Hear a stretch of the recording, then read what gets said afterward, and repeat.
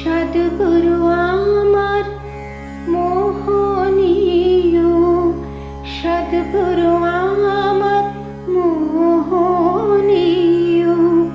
প্রতি রঙের খেলা অতুলনীয়, প্রতি রঙের খেলা অতুলনীয়, সবাইকে করে মাতোয়ারা রে, সবাইকে করে মাতোয়ারা রে, আমায় উল্লাসে ভাষায়, সবাইকে করে মাতোয়ারা রে, আমায় উল্লাসে ভাষায়। শ্রী গুরু ভাগবত দ্বিতীয় খণ্ড, মূল রচনা ডক্টর চন্দ্রভানু শতপথী, পর্ব 131। এই পর্বে আমরা আলোচনা করব সদ্গুরুর কাজ ও কাজের পরিসর।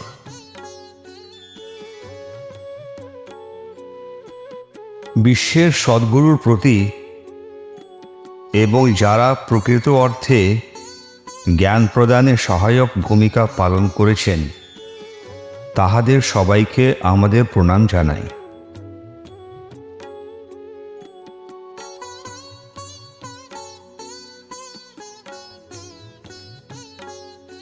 একজন ভক্তের সমস্ত জ্ঞান, ইচ্ছা এবং কার্যকলাপ শ্রী গুরুকে উৎসর্গ করে। তার সমস্ত কাজকর্ম এবং এছাড়াও তার কর্তাবোধ শ্রী গুরুর চরণে সমর্পণ করে। গুরুর নির্দেশ অনুসারে ভক্ত তার সমস্ত কর্তব্য পালন করে। যখন সে নিজেকে অসত্তা বলে মনে করে তখন তার মনে উপলব্ধি হয় যে সে তার শ্রী গুরুর একটি অপরিহার্য অংশ মাত্র। যখন অসম্পূর্ণটি সম্পূর্ণটির সাথে মিশে যায় তখন এই অসম্পূর্ণ সম্পূর্ণ হয়ে যায়।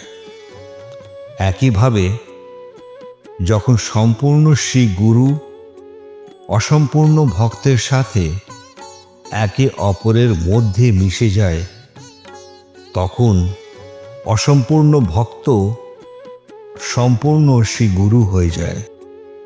গুরুর প্রতি অবিচল ভক্তি, কার্যকলাপ এবং জ্ঞান সম্পাদনের শক্তি বৃদ্ধি করে। ভক্ত শ্রী গুরুর ইচ্ছা অনুসরণ করে, তার মধ্যে তার পাপপূর্ণ প্রবৃত্তির পরিত্রাণ পেতে সংগ্রাম করে। সে তার নিজের মন জয় করে এবং আসক্তি ও ভয় থেকে মুক্তি পায়। নির্দোষ মন এবং আত্মার সাথে একজন শুদ্ধ ভক্ত শ্রী গুরুর কাছে আত্মসমর্পণ করে। সেই ভক্তের আত্মা সদা শ্রী গুরুর নিয়ন্ত্রণে থাকে। ভক্তের জীবন শক্তি, শরীর ও মন শ্রী গুরুর ইচ্ছার দ্বারা নিয়ন্ত্রিত হয়। ভক্তের হৃদয়কে আচ্ছন্ন করে দয়ালু শ্রী গুরু তাকে ভালোবাসায় পূর্ণ করেন।